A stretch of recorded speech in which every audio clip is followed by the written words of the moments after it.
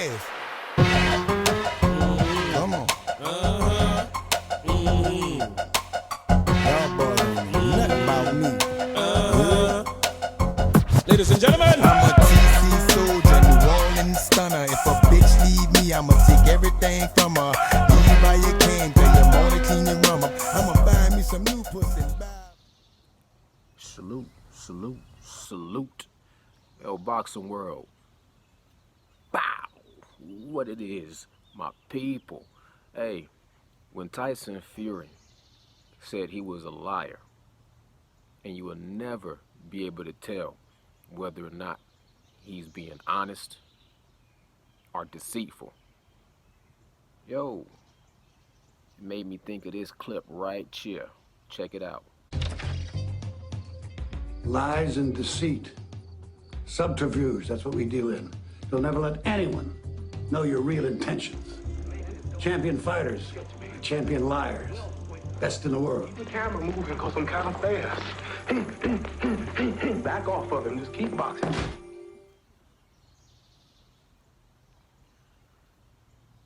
I'm glad to see Deontay Wilder putting a video of himself actually doing some training versus dancing and twerking, doing poetry, even doing interviews where he's trying to do damage control on the fight against Tyson Fury, talking about the dent in his head, talking about the referee being dirty, talking about his camp, his snakes in the grass, and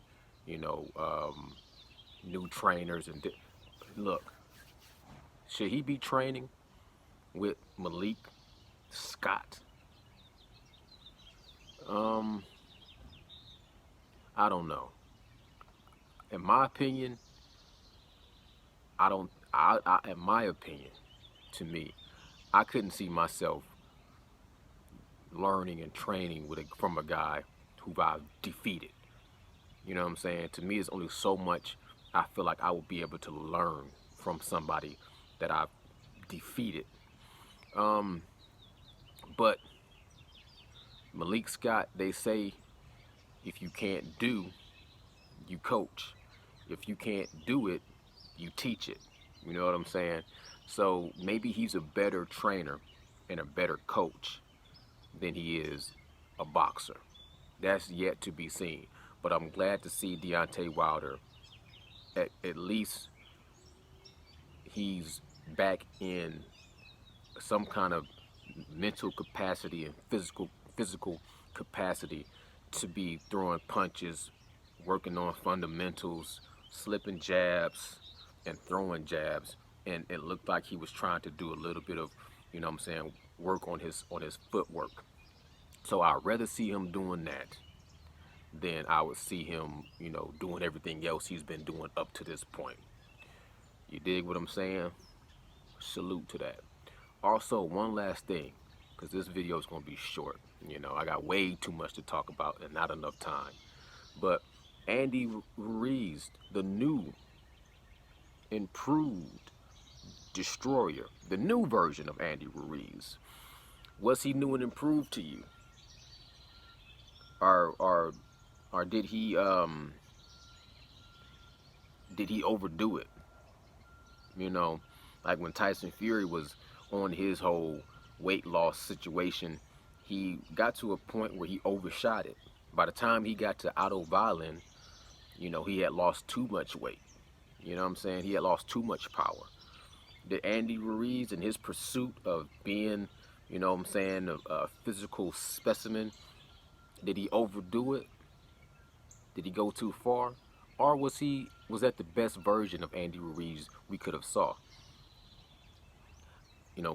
What's the sweet spot? When I think of like Goldilocks and the Three Bears, Goldilocks was in that pursuit to try to find that just right, perfect sweet spot. It couldn't be too hot, couldn't be too cold, had to be perfect temperature. The thing is, with a fighter too, man, you could overdo it. AJ was too muscle bound. He had to lose a little bit of muscle, in my opinion, to defeat Andy Ruiz the second time at least. Deontay Wilder put on too much weight. in my opinion, when he fought Tyson Fury the second time. Tyson Fury lost too much weight.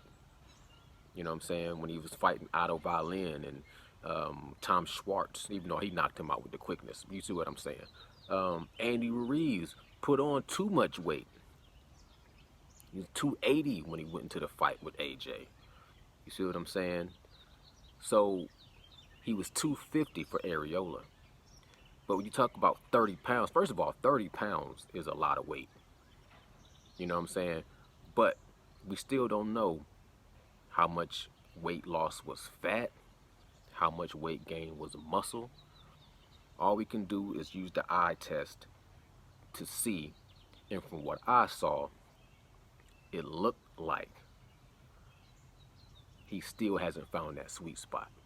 To me, it looked like in order for him to lose that much weight, he had to jeopardize a little bit of power and a little bit of punch resistance. And maybe he could make up for it in stamina and speed. But at the same time, his defense was not as practical. You know what I'm saying? To me, Andy Ruiz, what I did like about Andy Ruiz in the first AJ fight is that his defense was very basic, and it was fundamentally perfect. It was just keep your guards up. You know what I'm saying? He did get rocked, he did get knocked, but he still, for the most part, he knew how to keep his guards up. And you know, I had to go back and watch over this Chris Areola fight, but to me, Chris Areola was catching Andy Ruiz with a lot of shots that I felt like Andy Ruiz, I thought he would be better with his defense than that, you know, albeit I didn't expect to see him look like Canelo Alvarez, you know, slipping punches and things like that. But I still thought that he would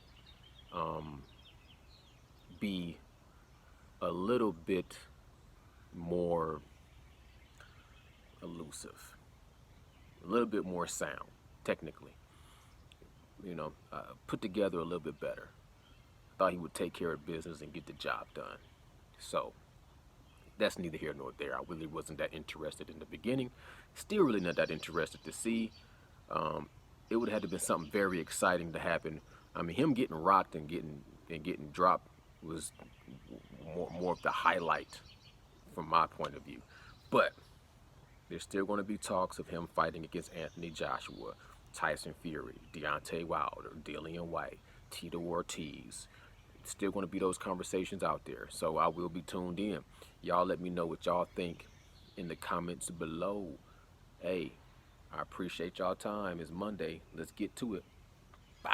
I'ma buy me some new pussy and buy a 4Runner. I walk with